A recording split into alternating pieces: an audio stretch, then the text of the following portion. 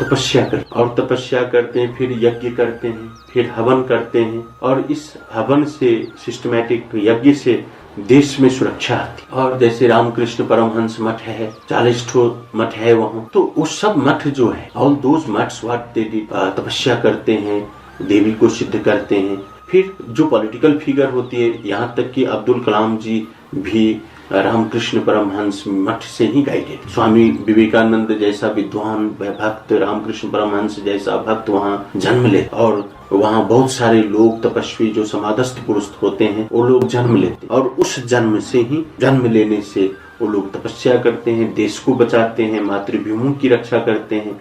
तो उस सब तंत्र मार्ग से। लेकिन हमारे देश में इन सब चीजों की मान्यता नहीं। पहले राजा थे तो राजा पशुपतिनाथ को मानते थे, भागेश्वरी को मानते थे, बगलामुखी मानते थे, 10 महाविद्याओं को सिद्ध करते थे। ये राणा लोग क्या करते थे, 10 महाविद्याओं को सिद्ध कर, जितना भी शोषण हो लेकिन शांति थी उस टाइम। आज आप देखिए कितने नरसंहार हो रहे हैं हमारे देश में, जितने नरसंहार हो रहे हैं इतना तो कहीं भी नहीं हो रहा है, आए दिन लोग मर रहे। तो उस टाइम में पॉपुलेशन भी कम था और राणा शासन जो लगा हुआ था, तो वो लोग जो है सो एक फेथ के जरिए जनता और राजा का संबंध अच्छा बना करके फिर कंट्री को आगे बढ़ाया, देश की सुव्यवस्था कायम करती। कुछ समृद्धि होती थी राणाओं के साथ, लेकिन ये मत सोचिए कि वो लोग 100% डिक्टेटर ही थे। 100% डिक्टेटर कोई नहीं होता, देशभक्ति न हो तो डिक्टेटरशिप नहीं आता, ऑटोक्रेटिक नहीं आता। तो वो लोग तांत्रिक हुआ कर, राजा वीर शमशेर, वो राणा थे चंद्र शमशेर, ये लोग क्या थे,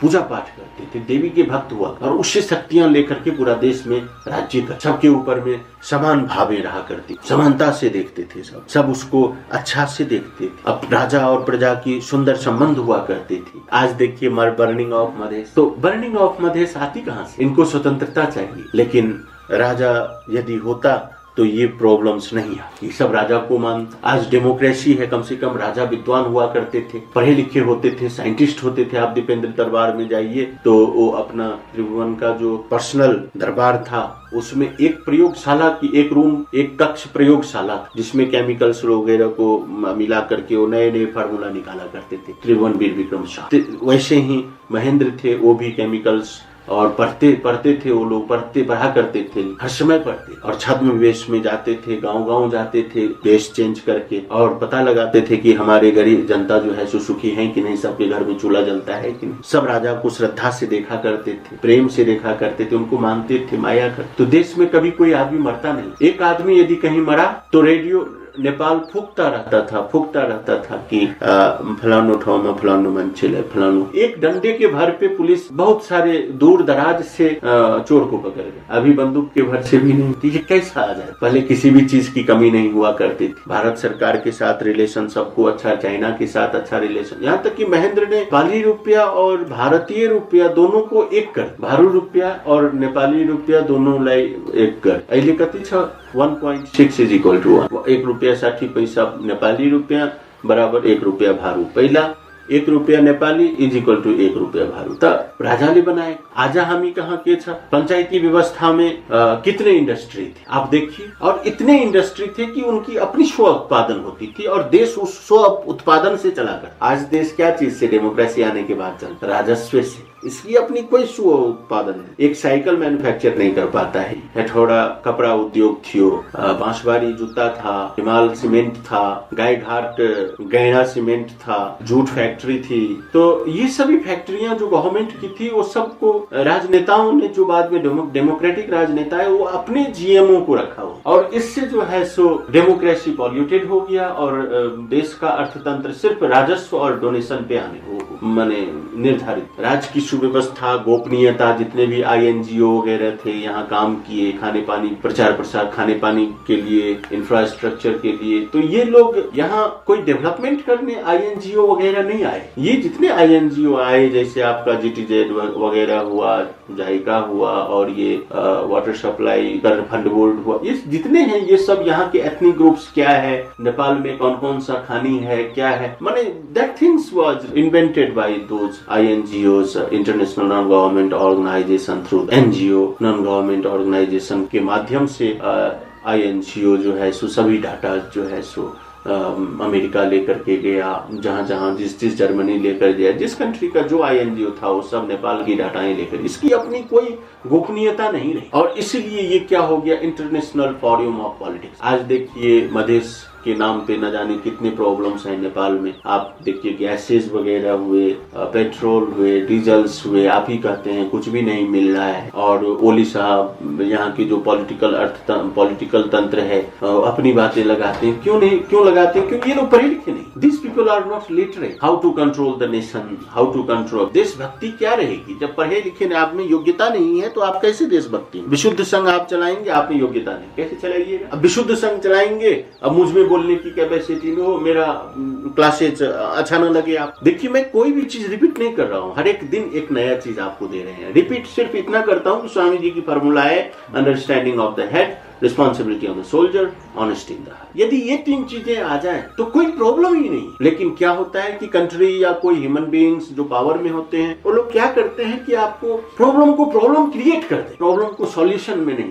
तो आपको एक ऐसा भी काम करना पड़ेगा कि हमारे देश की जितनी भी जनता हैं, जो लिटरेट फिगर हैं, इलिटरेट फिगर, उन सबको सपोर्ट लेना पड़ेगा। उन लोगों के माध्यम से उन लोगों के पास जा करके अपना देशभक्ति की बात, अपनी गोपनीयता, अपनो कंट्री की बातें बाहर न। आज भारत में सभी राजनेता भारत से गाइडेड हैं, तो भारत उपद्रव कर रहा है। अब भारत उपद्रव क्यों कर रहा है? क्योंकि भारत आपका नजदीकी यार है, नजदीकी दोस्त है, आप उसके साथ दगाबाजी कर लेते हैं तो आपके ऊपर में पॉलिटिकल क्राइसिस होगा। आज जैसे लुम्बिनी को ही यदि मधेश में रख दिया होता या निष्पक्ष भाव से लुम्बिनी को देखा होता, गुलमी शुलमी लुम्बिनी में न लाया होता, तो या यदि गुलमी लाया तो भाई अपना अंचल और जिला जिस तरह है उसी तरह रहने देते आप। एक तरफ आप प्रांत बनाते हैं रेशियल डिस्टिंक्शन के आधार पे, और दूसरी और जो है सो मधेश और पहाड़ को जहां मन हुआ जोड़ देते हैं, जहां मन हुआ तोड़ देते हैं। तो आपकी कोई टेक्निकल फार्मूला ही नहीं है। तो इससे क्या हुआ कि अब लुम्बिनी जो है सो वहां पर,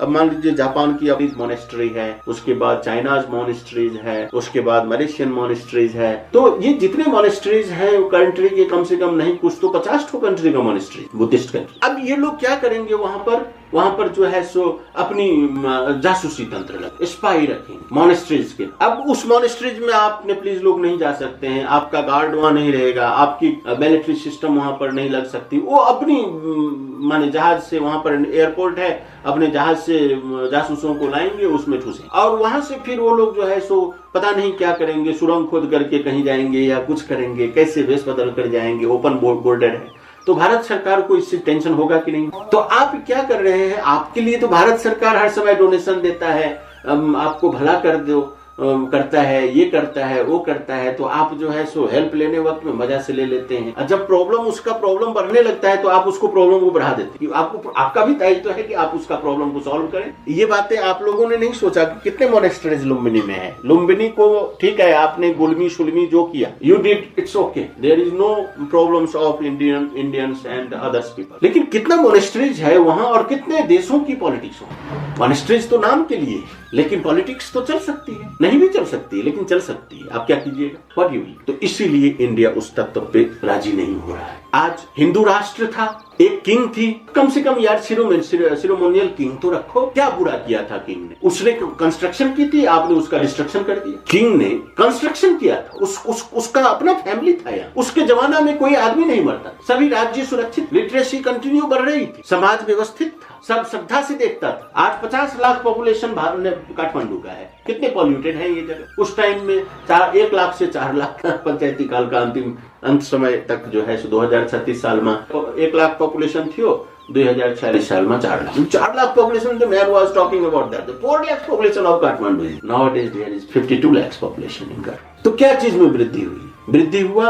विदेशी पैसा आया, डोनेशंस आया, तो हम सब बिकाऊ हो गए, हमारी अपनी मौलिकता न रही। अभी क्यों नहीं पॉलिटिकल फिगर अपना डिसीजन कर पाता? क्योंकि वो सब पैसा खा जाते हैं। अब कोई डोनेशंस आए तो डोनेशंस यदि मान लीजिए वो देना चाहता है, मान लीजिए 1 करोड़ डोनेशंस कोई कंट्री देना चाहता है, तो इन लोगों को कमीशन डोनेशंस में 10% चाहिए। इन लोगों की स्वभाव हुआ है। तो इस सब सिस्टमों के विरुद्ध भी, सामाजिक संजाल को ठीक रखने के लिए भी विशुद्ध संघ को थोड़ा सा प्रयास करना पड़े। ठीक है, डायरेक्ट हम लोग इन्वॉल्व न हो, लेकिन उस तरह के ग्रुप्स जो अहिंसावादी हैं, जो प्रेम पे चलते हैं, हिंसक नहीं है, तो वैसे लोगों को जो है सो हम लोगों को वैसे ग्रुप्स को प्रमोट करें। मैं डिक्टेटरशिप के पक्ष में नहीं हूँ, लेकिन किसी चीज का सॉल्यूशन जब आप लाते हैं तो उस सॉल्यूशन को और आगे बढ़ाइए ना। आज इंडस्ट्री ही नहीं है कंट्री में, इंडस्ट्रियल रिवोल्यूशन नहीं है। अब इंडस्ट्रियल रिवोल्यूशन जहाँ नहीं होगा वहां पर अर्थतंत्र कैसे स्ट्रांग होगा? आप विदेशी भीख मांग करके चलते हैं, अपने आप को चलाते। मैं यदि भीख मांग करके चलाऊं मेरा ऑफिस, तो कितने दिन तक मैं सस्टेन करूंगा? विशुद्ध संघ भीख मांग करके चलाने के लिए मैंने कहा दिया कोई किसी से चंदा नहीं लेने, खेत में हल जोत करके भी मैं पैसा लेकर के आऊँ, गाँव जा करके नंगे पाँव पढ़ा करके पैसे 1-1 रुपया जुटा करके पैसा लाऊंगा, लेकिन भीख मांग करके इसमें पैसे नहीं डालने, क्योंकि उसकी मौलिकता आ जाए। जिसका पैसा तुम लोगे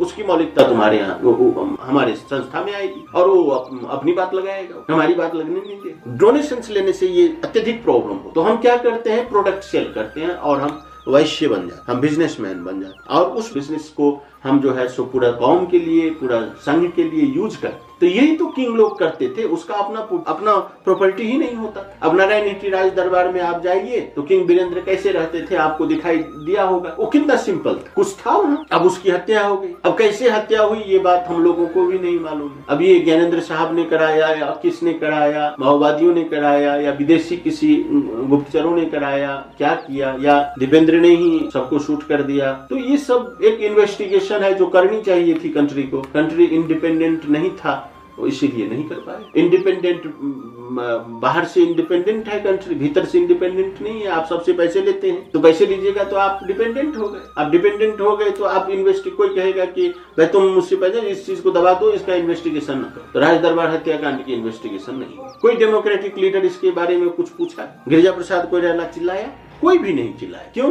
क्योंकि ये सब बिकाऊ है। तो एक डिक्टेटर ही ठीक है, 10 डिक्टेटरों के साथ लगने से एक डिक्टेटर ठीक होता है। अभी जितना क्राइम है, इतना क्राइम, ये ओपन क्राइम है, अभी ओपन क्राइम है। जिस टाइम में राजा वीरेंद्र के 13 महीना तक जो है सो भारत सरकार पेट्रोल बंद कर दिया डेमोक्रेसी लाने के लिए, लोकतंत्र लाने, 45 साल में 13 महीना समय बंद कर। अब 13 महीना तक राजा वीरेंद्र जो है सो नंगे पाँव जाते थे, माने कोई बिना किसी सवारी साधन का जाते थे। उसके बाद लोग साइकिल चढ़ते थे और सुखी थे, कोई प्रॉब्लम नहीं। राजा सबको कंट्रोल करके, कोई घर में प्रॉब्लम नहीं। तो भारत सरकार ने क्या किया, डेमोक्रेसी ला दिया कंट्री में, पेट्रोल बंद। 46 साल में उसी पेट्रोल बंद होने से तो आंदोलन हुआ और गणेश मान सिंह, गिरिजा प्रसाद, माथवर सिंह थापा, जितने हैं सब लग करके बेचारे लोकतंत्र लाए इस देश। और लोकतंत्र लाने के बाद जो है सो कंट्री जो है सो आजाद हुआ वीरेंद्र से। और कितना प्रॉब्लम सहाया, बेचारे वीरेंद्र की हत्या हो गई, हर तरह से दुख ही दुख हुआ। आज संविधान बनाया तो संविधान में खाली ये बंद, प्रांत बंद, वो प्रांत बंद, वो प्रांत बंद। तो गार्जियन ही नहीं है कंट्री में तो प्रांत बंद नहीं होगा। कभी लुम्बिनी लिंबू लोग बंद कर देते हैं, कभी मधेश बंद कर, कभी थारू बंद कर देते हैं, कभी कोई बंद करता है। तो इस तरह करनाली बंद हो जाती है, कभी सुर्खेत बंद हो जाता है। तो इस तरह बंद करने से तो देश नहीं चलता है। एक गार्जियन तो होना चाहिए कंट्री के लिए, वो नहीं। पॉलिटिकल फिगर जो है सो पॉलिटिकल क्राइसिस इसलिए है क्योंकि यहाँ पढ़े लिखे लोग को टिकने नहीं देते। तो उसको धन्यवाद देना चाहिए कि आपकी अर्थतंत्र अभी तक बनी हुई है राजस्व के बल। और ये सब रामशरण महत ने, रामशरण महत अर्थमंत्री जब थे तो वो बहुत विद्वान थे, तो उन्होंने वैट सिस्टम लगाया और वैट सिस्टम से इतना ज्यादा राजस्व कंट्री में आ रहा है कि इसका अर्थतंत्र फेल नहीं। तो शोषण किसका हो रहा है? जनता का तो हो रहा है ना। जितना डेवलपमेंट जनता पर्सनली अपने आप को करना चाहिए उतना नहीं कर पा रहे हैं। तो इसीलिए विशुद्ध संघ को थोड़ा सा एकदम ही सिस्टमैटिकली ले जाए। तो मैं आपको कह रहा था कि ये मैंने इतनी सारी चीजें क्यों कहा, क्योंकि किसी भी थ्योरी की यूज भी होती है और मिसयूज भी। आज विशुद्ध संघ को आप जन्म दे रहे हैं, कल जाकर के इसमें कुछ ऐसे लोग आ गए जो सिर्फ पैसे कमाने के चक्कर में लग गए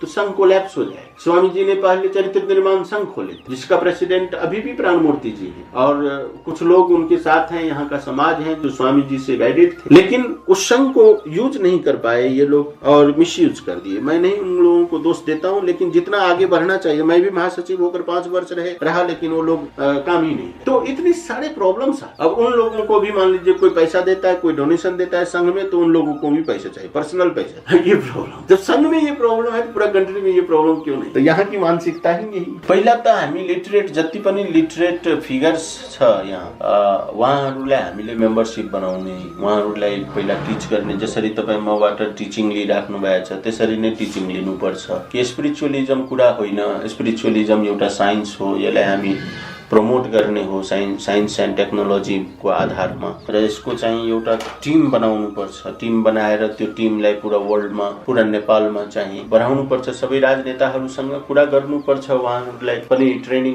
दिनुपर्छ कि भाइ तपाईहरू पनि मस्तिष्कमा समझदारी, काँधमा जिम्मेवारी र हृदयमा इमानदारीता राख्नुहोस् र त्यहीबाट हामी अगाडि बढ्छौँ भनेर हामी अगाडि बढाउन सक्छौँ। अब अहिले तपाईँ यदि सोच्नुहुन्छ कि होइन डाइरेक्ट हामी गर्छौं भन्ने, हामी नॉन वायलेंट पीपल छौं, हामी वायलेंट तिर जान सक्दैनौं कि भाई चलो सभी नेताओं को गोली मार दो, ऐसा तो नहीं हो सकता। हम लोगों को उन लोगों को बुला करके, उन लोगों को बिठा करके एक हॉल में वन बाय वन टीचिंग करने पड़ेंगे। स्वामी जी के बिहाफ में मेरे गुरु हैं ये, इनकी फार्मूला ये है कि देश को चलाने के लिए कम से कम तुम्हारे पास मस्तिष्क में समझदारी रखो, कांध में जिम्मेवारी रखो, हृदय में ईमानदारी रखो, अंडरस्टैंडिंग ऑफ है कैसे चलाना देश, कंट्री कसरी चलाउने, यो चलाउ कंट्री कसरी चलाउने, अब यो बुद्धि नहीं छैन, कसरी चलाउने देश। अब ओली साहब 8-9-10 क्लास पढ़े हुए हैं, अब पढ़े लिखे लोगों को नहीं रखते हैं वो। अब 6 तो प्रधानमंत्री छ यहाँ, 6 deputy prime ministers are here, जो कि वर्ल्ड में हिस्ट्री बन गया है कि भाई 6 प्रधानमंत्री तो कहीं भी नहीं था नेपाल में। तो देखिए एजुकेशन सिस्टम को, माने राजनेता का मतलब जो अपने ऊपर राज करता, ये लोग सिर्फ मैनिपुलेशन तो नहीं हो सकता। मैनिपुलेशन कैसे करेंगे? How can you manipulate? Manipulation से काम नहीं चलता है ना। अब 6 प्रधानमंत्री बना दिए तो आप तो मैनिपुलेट किए, मैनिपुलेशन में चले गए, सबको कन्विंस करने के लिए 6 बना दिए। अब मैं पॉलिटिकल कमेंट नहीं कर सकता हूँ क्योंकि दैट इज नॉट माई, जो मेरो ब्याकग्राउन्ड छैन। तर आत्मसिद्धिबाट नै राजनेता भन्नुपर्छ, जो मान्छे त्यागी छ, जो समझदार मान्छे छ, जो कंट्री कसरी चलाऊ। पॉलिटिकल साइंस है।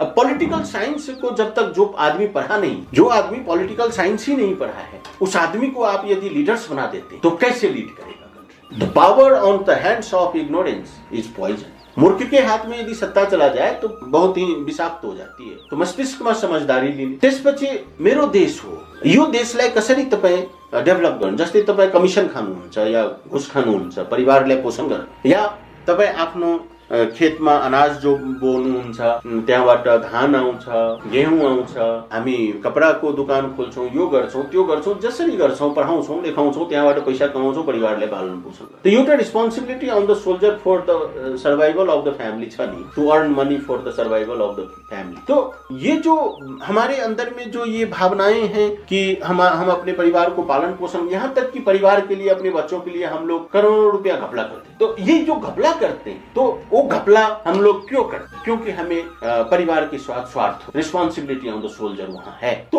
उसी तरह देश का जब आप राजनेता बनते हैं, बड़े आदमी बनते हैं, तो आपको अपने कांध पे जिम्मेवारी लेना पड़ेगा ना। इस देश को मुझे आगे बढ़ाने, बाहरी समुदाय को आगे बढ़ाने या मधेसी समुदाय को आगे बढ़ाने, ये बात नहीं है। इस देश को आगे बढ़ाना, कंप्लीट कंट्री को आगे बढ़ाना, ये भू परिवेष्टित देश है, इस देश को मुझे आगे बढ़ाने, उसके लिए प्रधानमंत्री, राष्ट्रपति, उपराष्ट्रपति और जितने मिनिस्टर्स हैं उस सब के लिए लागू होता है। ये आपको एक बता दें, ये मंत्री जो होता है ना, ये मन को जो त्राण किया होता है, मन से जो मुक्त होता है, वही मंत्री हो, दूसरा आदमी मंत्री नहीं हो पाएगा। Other people can not be minister. जो साधना किया हुआ है, जो गायत्री मंत्र जपा हुआ है, जो परफेक्शन को प्राप्त किया हुआ है, स्पिरिचुअल जो परफेक्ट है, the man who is perfect, he is minister. उसी में जो बहुत आगे होते हैं, जो और रिफाइंड होते हैं, तो वैसे रिफाइंड शॉल प्रधानमंत्री। फिर वो रिफाइंड शॉल में भी जो काफी डेडिकेटेड होते हैं, पूरा कंट्री का गार्जियन होते हैं, जो अपने परिवार को भी आहुति दे करके अपने देश को बचाते हैं, अपने शरीर को त्याग करके देश को बचाते हैं,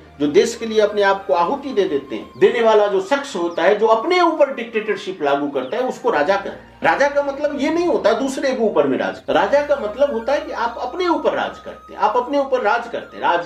राजयोग ध्यान, धारणा, ध्यान और समाधि को सिद्ध किया हुआ आदमी ही राजा बन। पुराने जमाने में राजा हुआ करते थे। आपको एक दृष्टांत देता हूँ। एक भिखारी था, पता नहीं नंग धरंग, बड़े बड़े जटा, अमंगल भेष में, मैल से कुचला मैल लगा हुआ, राज दरबार में कीचड़ से नहाया हुआ आदमी राज दरबार में चला गया। सब उसको रोकने लगा। राजा के गुप्तचर आए, फलाना एक साधु है जो कीचड़ से लथपथ है, पूरे बरामदे को गंदे करते हुए भीतर आ रहे हैं। तो राजा ने देखा, राजा साधक थे, उसकी आंख को देखा तो उसने कहा कि दिखाओ मुझे। तो भेष बदल करके जाते हैं और देखते हैं उस साधु को, तो आंख को देखते ही पता लगता है कि ये तो महात्मा है, मुझे चेक करने आया है। उसको प्यार से लाओ, मत रोको उसको। वो पूरे कालीन को, बिस्तर को गंदा करते हुए वो पूरे हॉल में जाते, वो साधु जा करके जो है सो राजा उसको नमन करता है, महाराज क्या सेवा है? तो मुझे भूख लगी है खाने को। महाराज पहले आप नहा धो लें, बिस्तर पे बैठे गद्दी पे, फिर मैं आपका भोजन बनवाता।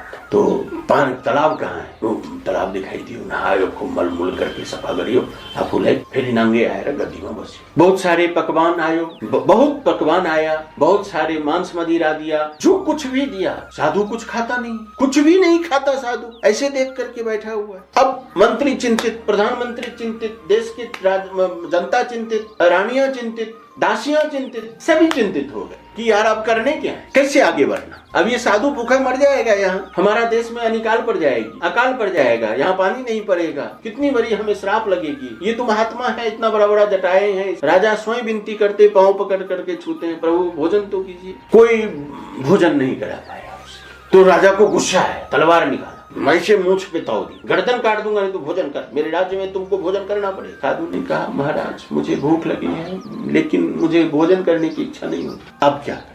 राजा समझ गया, ठीक है मैं आपको कल भोजन कराऊंगा। संध्या काल राजा सुबह एकदम तड़के सुबह उठा 4 बजे, राजा अकेले। तो राजा के गुप्त द्वार हुए हुआ करते, एकदम जो लेबर होते हैं, जो श्रम करते हैं लेबर, उसका वेश उन्होंने धारण, फटे हुए धोती पहना और शरीर में जो है सो थोड़ा सा कालिक पोत लिया जो कोई पहचान न पाए, थोड़ा कालिक पोत लिया जो मैं लेबर की तरह लगूं। तो वो जंगल गए, लकड़ियां काटी, दाउरा काटियो, बंचरो कुल्हाड़ी लेकर के जंगल गया, कुछ लकड़ियां काटा, उसको बांधा 2 बंडल, फिर कांध पे बोका, बाजार गया अपने राजधानी एक लेबर बन करके, और जाकर के उसको बेचा, वहां से कुछ पैसे लिए, जो परिश्रमिक आया वो लिया, उससे आटा खरीदा, नून खरीदा और थोड़ा सा आलू खरीदा, थोड़ा सा मस्टर्ड ऑयल लिया, और फिर गया। राजा के अपने पर्सनल किचन भी हुआ करते, जाकर के उस चीज को बड़ा सेपरेटली गुप्त द्वार से फिर प्रवेश किया, गुप्त द्वार से अपने किचन में गया और वहां जाकर के वो अपने हाथ से रोटी बनाए, अपने हाथ से आलू को चोखा बनाए, एक प्लेट में रखा और खुद हाथ में लिए अपने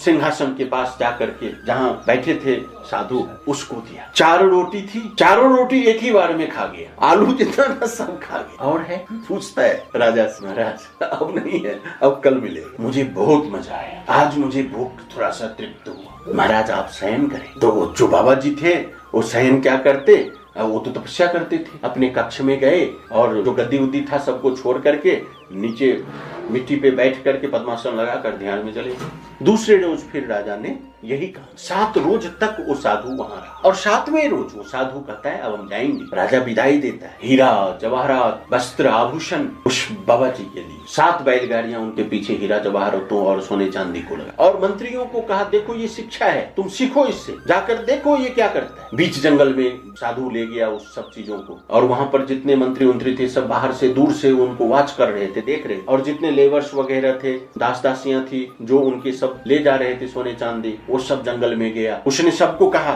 एक गड्ढा खोद। अब राजा ने कहा था जो कहे वो करना, तो विशाल गड्ढा खोदा गया। सबको ये जितने बैलगाड़ी हैं इन सबको इसमें डाल, सभी बैलगाड़ियां में जितने सामान थे सब उसमें डाल दिया। बोला आग लगा, सब लकड़ियां लेकर आओ, इस सब लकड़ियां ले भर दी और उसके बाद उसमें आग लगा। आग लगाने के बाद जो सिचुएशन क्रिएट हुआ कि वो सब खरानी हो गया, जितने हीरे जवाहरात सोने चांदी थे वो खरानी हुआ, और सबको कहा तुम लोग जाओ। वो लोग सब गाड़ियां लेकर चले गए, लेकिन दूर से देख रहे थे। राजा का आदेश था कि क्या करता है, उसने उसमें डुबकी लगाया। जब 2-4 रोज के बाद वो जब ठंडा होने के बाद जो है सो उसमें वो खरानी में वो कूद पड़ा और ऐसे ऐसे मसलता है, खरानी से स्नान करता है, बभूति से स्नान करके फिर हाथ थू करता है और अपने गंतव्य। राजा कैसा था और फकीर कैसा था, आपको देखना पड़ेगा ये चीज। राजा को गाली नहीं किया तो विष्णु का अवतार होता, राजा सच्चरित्रवान होने चाहिए। को बहुत पाप लगता है, देश का पाप भोगता है, पुण्य भोगता है, पाप और पुण्य दोनों भोगता है। आज 2 बच्चे हैं मेरे, मैडम है, मैं यदि कुकर्म करता हूँ तो उसका पाप मुझे भोगना पड़ेगा, वो लोग नहीं भोगेंगे। मैं कहाँ से पैसे लाता हूँ, क्या करता हूँ, नहीं करता हूँ,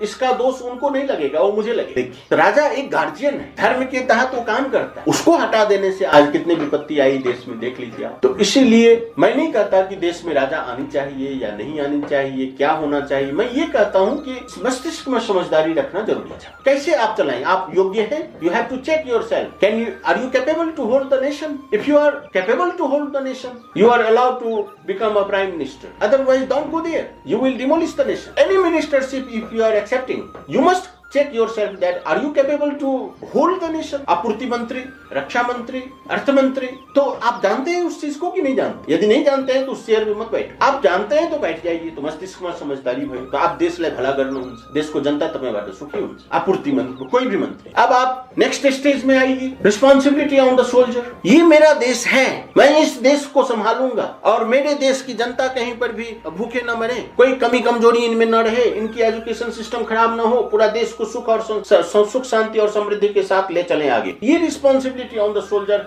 हर राजनेताओं के साथ होनी चाहिए। तो आप मस्तिष्क में समझदारी लेकर के आप जो है सो कर्म कर पाए। उसके बाद है ईमानदारी, ऑनेस्टी इन द हार्ट। देश के प्रति वफादार रहो। अब पैसे खा जाओगे, डोनेशन में 10% दिखाओगे, चलिए अब कुने पनि कंट्री ले तो डोनेशन दिन चाहिए। अब त्यो डोनेशन में अपन तब कमीशन खायो भने देश को प्रति गद्दारी भयो कि भएन, ईमानदारीता भयो। तो वो भक्ति जो होनी चाहिए, देशभक्ति। अभी देशभक्ति को गाना बिहान बिहान हम सुन्छौं, हाम्रो नेपाल राष्ट्रगान सुन्छौं, के हो यो? हृदयमा ईमान, देशको प्रति ईमानदारी, यो सबै राजनेतामा हुनु पर्यो। तो मस्तिष्कमा समझदारी, काँधमा जिम्मेवारी र हृदयमा ईमानदारी राजनेताहरूमा नभएकोले नै हाम्रो देशमा यो समस्याहरू आए। यहाँ कुनै मधेसी, पहाडी, थारू, लिम्बू यिनीहरूको चक्कर छैन। यहाँ चक्कर यो छ कि म ठुलो छु, मलाई फलानुले यो भन्यो त्यसकारण म गन उठाइहालेँ, गोली बार। नॉन वायलेंस के पीछे आप जाते नहीं। भाई राजा ने कितने लोगों को मारा? वीरेंद्र जैसे राजनेता जिस कंट्री के हों, उस कंट्री में तो कोई प्रॉब्लम ही नहीं था ना, कुछ भी प्रॉब्लम नहीं था। हर जगह बच्चे पढ़ रहे थे, एजुकेशन सिस्टम ठीक था,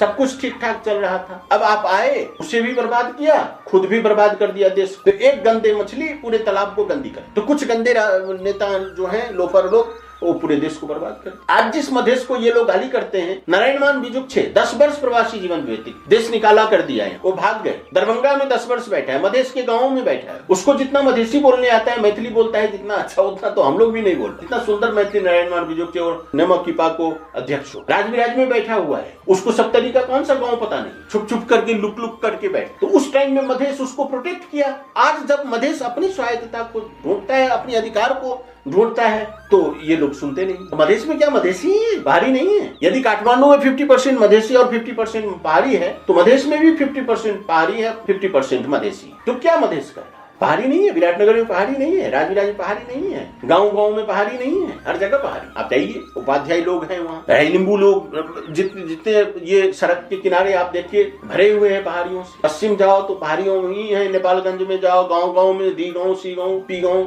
वो सब गाँव में पहाड़ी है। तो मधेसी ही का नहीं है ना, वो तो सभी जात का है। सेपरेट करने की जरूरत ही नहीं थी ना। आपके पास अंचल था और जिला था, क्यों ये इतना बखेरा? किसी ने विरोध किया था? 7वटा जिल्ला, 6वटा जिल्ला सगरमाथामा थियो, जनकपुरमा जिल्ला छ, सबै पहाड र मधेसलाई जोडेको छ कि छैन? कुनै भेदभाव छ त्यहाँ? लोकसेवा आयोग दिनु पर्यो भने हिँडेर 70बाट मान्छेहरू खोटाङ आएर दिन्थे, गिट्टे ल्याएर दिन्थे। सदरमुकाम, राजुला सदरमुकाम हो, तर सेन्टर त्यहाँ कि तिमी आफ्नो भौगोलिक स्थिति बुझ।